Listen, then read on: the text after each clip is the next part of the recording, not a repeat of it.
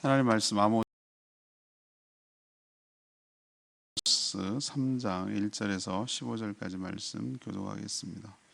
아모스 3장 1절에서 15절입니다. 오늘은 5월 5일 화요일 아침입니다. 5월 5일자 보면 아모스 3장 1절에서 15절입니다. 구약성경 1277쪽입니다. 이스라엘 자손들아, 여호와께서 너희에게 대하여 이르시는 이 말씀을 들으라.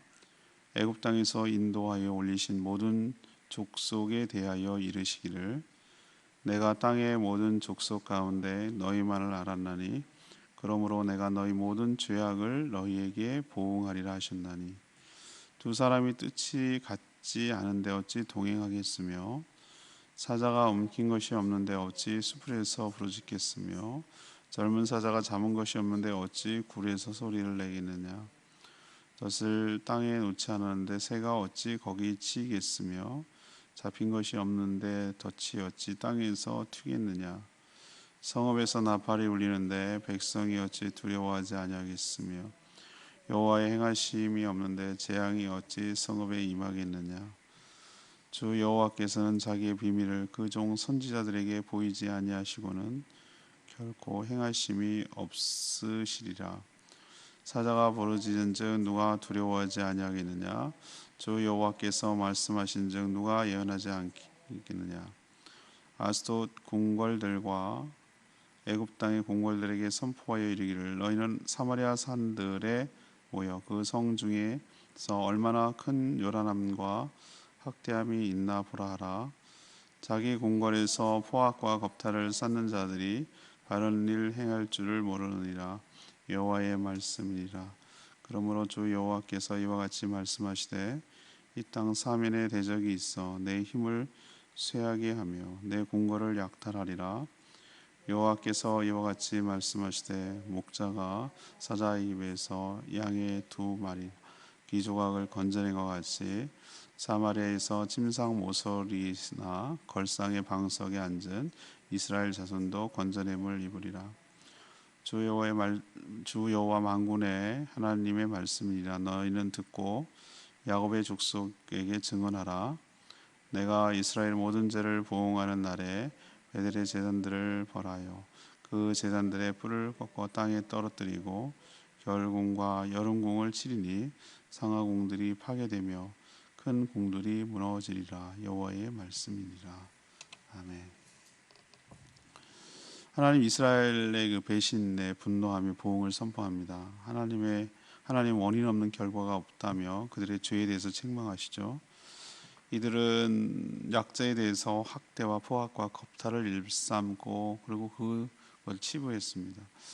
이방인들보다 더했죠. 하나님의 심판은 이 갑작스러운 것이 아닙니다. 선지자를 통해서 충분히 경고했고, 하나님의 심판은 그 누구도 피할 수가 없죠. 그래서 결국 이스라엘은 멸망하고 말았습니다. 오늘 질문은 하나님이 내리시는 심판은 무엇입니까? 하나님이 내리시는 심판은 무엇입니까? 첫 번째로 1절에서 6절까지 말씀, 사랑에는 더 큰 책임이 따른다는 걸 우리에게 보여줍니다. 사랑하는 상대방의 배신은 정말 아프게 하죠. 어떻게 보면 사랑한 만큼 그 리액션, 그러니까 반작용으로 더 아프게 다가옵니다. 하나님이 지금 그러셔요.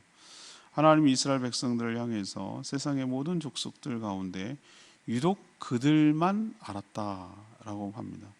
그들은 하나님을 멸시하고 배신했습니다.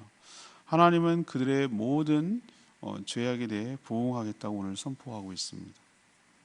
하나님은 그리스 신화에서 나오는 신들 중 하나처럼 자신의 비위가 맞지 않으면 히스테릭하게 분노하는 그런 분이 아닙니다. 하나님은 자비와 사랑이 풍성하신 분이세요. 누구보다 오래 참는 분입니다. 하지만 하나님이 이렇게 나올 때는 그럴 만한 이유가 있다는 뜻입니다. 사랑에는 항상 책임이 따릅니다. 하나님이 택하여 유독 사랑한 대상은 거기에 합당하게 살 의무와 이유가 있는 것이죠. 사랑이 배신당하면 그것보다 아픈 것이 없지만 그만큼 더 아프게 보복을 할 수밖에 없는 것이죠. 우리도 하나님의 사랑을 받았으니 거기에 상응하는 책임을 지고 살아가는 저와 여러분 되기를 소망합니다. 두 번째는 7절에서 10절까지 말씀인데요. 심판에는 그럴 만한 이유가 있다는 거예요. 하나님의 심판은 갑작스러운 게 아닙니다. 하나님의 뜻을 하나님의 종인 선지자들을 통해서 그들에게 보여주셨습니다. 하나님은 이스라엘 백성들이 이방인이라고 부르며 사람 취급도 하지 않는 아스돗은 블레셋의 한 나라죠, 한 도시죠. 그리고 애굽의 왕들을 사마리아 현장으로 불러들여서 보게 하라. 그렇게 와서 보게 해라. 그렇게 너네들이 이방인이라고 하고 함부로 우습게 여기고 그리고 죄 많다고 생각하는 그 사람들이 너네 현장을 와서 보게 하라는 거예요. 사마리아는 북이스라엘 수도죠. 이들은 약자에 대해서 학대하는 일로 요란했습니다. 요란하다는 것은 큰 소리가 날 만큼 만연하고 심했다는 것이죠. 또 백성들을 잘 돌봐야 할 궁궐에서 오히려 포악과 겁탈을 차곡차곡 쌓고 있었습니다. 이들은 바른 일을 행할 줄을 모르는 자가 되고 말았다라고 10절에 하나님이 탄식하고 있어요. 거울을 깨지면 기능을 상실하고 실제가 왜곡되게 보이죠. 찌그러져 보이죠. 공이 바람이 빠지면 제대로 구실을 못합니다. 이들은 지금 바른 일을 할 수 없는 지경에 이르렀어요. 이게 타락의 문제예요. 이게 타락이 왜 어려운가? 타락하면 바른 게 살아갈 수가 없어요. 기능적으로 상실해버려요. 심판은 갑작스럽지가 않아요. 다 그럴 만한 이유가 있습니다. 그러니 하나님께서 이런저런 작은 일로 경고했을 때 속히 돌이키고 바로잡지 않으면 그 심판이 정말 무섭게 다가온다는 거 기억할 필요가 있습니다. 세 번째는요, 11절에서 15절까지 말씀인데 하나님의 심판은 피할 수 없다는 겁니다. 하나님은 2절에 이스라엘 저지른 모든 죄악에 대해서 보응하시겠다라고 표현하고 있죠. 하나님의 말씀은 결코 협박이나 위협이 아닙니다. 실제로 행하시는 분이에요. 겁만 주고 뭐 이렇게 큰 소리하고 그런 분이 아니에요. 포악과 겁탈, 학대의 현장인 권력의 심장부, 궁궐의 힘을 빼고 약탈을 당하게 하시겠다라고 11절에 얘기합니다. 하나님의 심판으로 사자의 입에서 양이 귀조각을 건지는 것처럼 또 침상 모서리가 떨어져 나가는 것처럼 아주 극히 일부만 구원을 받을 만큼 그 심판이 처참할 거라고 예고하고 있어요. 이들은 겨울궁, 여름궁, 상하궁, 큰궁 이런 식으로 궁을 여러 개나 만들어서 권력자들이 얼마나 향락을 누릴 수 있는 거죠. 겨울에 사는데, 여름에 사는데, 상하면 코끼리로 만든 건데 얼마나 고가겠어요. 지금도 그런데 그걸로 만든 사치의 극치죠. 그리고 뭐 큰 궁, 이런 식으로 그 돈을 가지고 자신의 그 향락, 사치를 일삼았어요. 당시 경제적으로 부유하니까 이렇게 온갖 사치와 향락을 일삼았죠. 하나님은 그 죄의 현장부터 무너뜨립니다. 이들은 종교적으로 타락했습니다. 베델의 제단에서 우상을 일삼았죠. 그 죄악의 현장 역시 하나님의 심판으로 무너질 것이라고 말합니다. 죄는 하나님 앞에서 숨길 수가 없습니다. 그냥 넘어가시지도 않습니다. 회개하여 돌이키지 않으면 반드시 하나님의 심판을 받는 거 여러분 명심하시기를 바랍니다. 오늘 2절 말씀, 내가 땅의 모든 족속 가운데 너희만을 알았나니 그러므로 내가 너희 모든 죄악을 너희에게 보응하리라 하셨나니 라고 표현하고 있어요. 하나님은 일편단심 택한 이스라엘 백성들을 사랑하셨습니다. 사랑에는 이유가 없어요. 논리도 없고요. 그냥 좋은 것입니다. 온갖 정성을 쏟고 모든 은혜를 베풀었죠. 하지만 이스라엘은 그런 하나님을 헌식차처럼 버렸습니다. 보란듯이 배신하고 다른 신 우상에게 빠졌죠. 하나님을 불신하니 무슨 짓이든지 가능하죠. 하지만 모든 죄악에는 보응이 따르기 마련입니다. 이것을 모르면 행한 그대로 심판을 받게 된다는 것을 우리에게 가르쳐주고 있는 줄로 압니다. 오늘 말씀 붙들고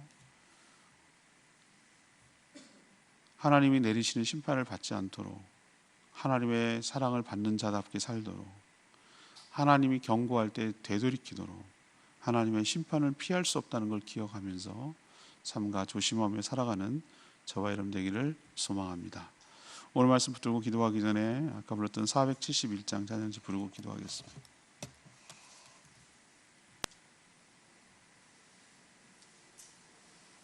찬양집 471장 언제나 내 모습 471장입니다.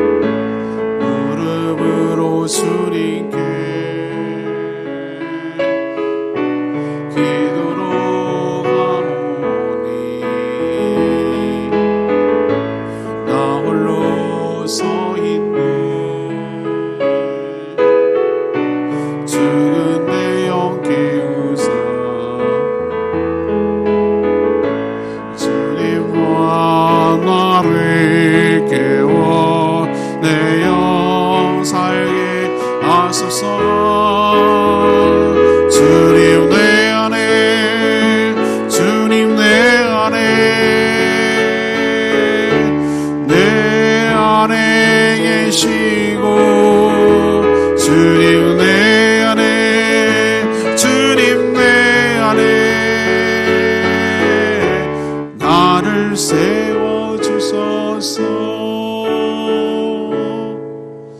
오늘 하나님께서 아모스 선지자를 통해서 경고하시는 걸 보면은 북이스라엘이 왜 망했을까라는 걸 생각해 보면은 하루아침 망한 게 아니에요. 하나님께 수많은 징조와 경고를 보내는데도 불구하고 하나님을 멸시하고 죄를 쌓고 쌓다가 드디어 때가 돼서 자기들 입장에서는 갑작스럽게 망하는 거지만 알고 보면 그것은 서서히 그것이 쌓도록 해놓은 거예요. 결코 죄가 없어지지 않아요. 하나님 앞에 돌이키고 회개하지 않으면 거기에 대한 상하는 응분의 대가가 따른다는 걸 또 한 번 명심하게 됩니다. 하나님 우리를 독점적으로 사랑하세요. 하나님이 그런 사랑을 베풀었을 때는 거만한 그답게 또 그런 사랑을 받는 자답게 살기를 기대하시는 바가 있어요. 우리도 그렇게 살게 해달라고 주여 외치며 기도하겠습니다. 주여 하나님,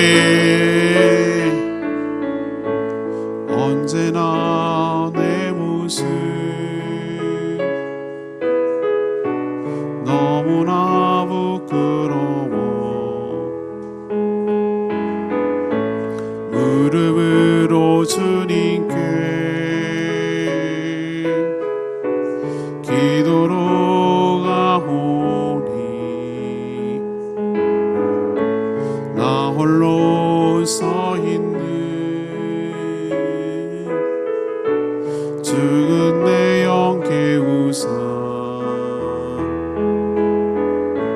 주님과 나를 깨워 내 영 살게 하소서. 주님 내 안에 주님 내 안에 내 안에 계시고 주님 내 안에 주님 내 안에 나를 세워주소서.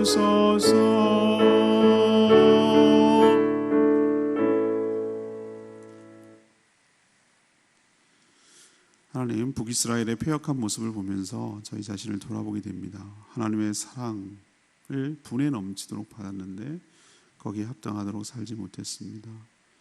사랑에는 더 큰 책임이 따르는 법임을 깨닫게 하여 주시옵소서. 하나님이 괜히 심심해서 심판하는 것이 아니라 참을 만큼 참으셨고 충분히 경고했음을 봅니다. 심판에는 반드시 그럴 만한 이유가 있음을 깨닫게 하시고 심판받을 죄를 짓지 않게 하여 주시옵소서. 학대와 포악과 겁탈을 버리게 하시고 모든 우상 숭배와 사치를 버리게 하여 주시옵소서. 하나님을 경외함으로 살게 하여 주시옵소서. 감사드립니다. 오늘 하루도 주님의 은혜 가운데 살고 또 오늘 해야 될 도전하는 행사가 은혜 가운데 잘 진행되게 하여 주시옵소서. 오늘도 기도하는 간구하는 모든 기도마다 응답하시고 기도조차 못한 연약한 자들 대신하여 중보 기도할 때 응답하여 주셔서 주의 은혜로 살아가게 하시고 주의 은혜로 저희 교회가 건강하게 세워져 가도록 축복하여 주시옵소서. 주님께 모든 것 감사드리며 예수 그리스도의 이름으로 축복하며 기도합니다. 아멘. 오늘 하루도 주님의 은혜 가운데 살기를 축복합니다. 그리고 오늘 도서 나눔 행사할 때 잘 협력해 주시면 감사하겠습니다. 기도하겠습니다.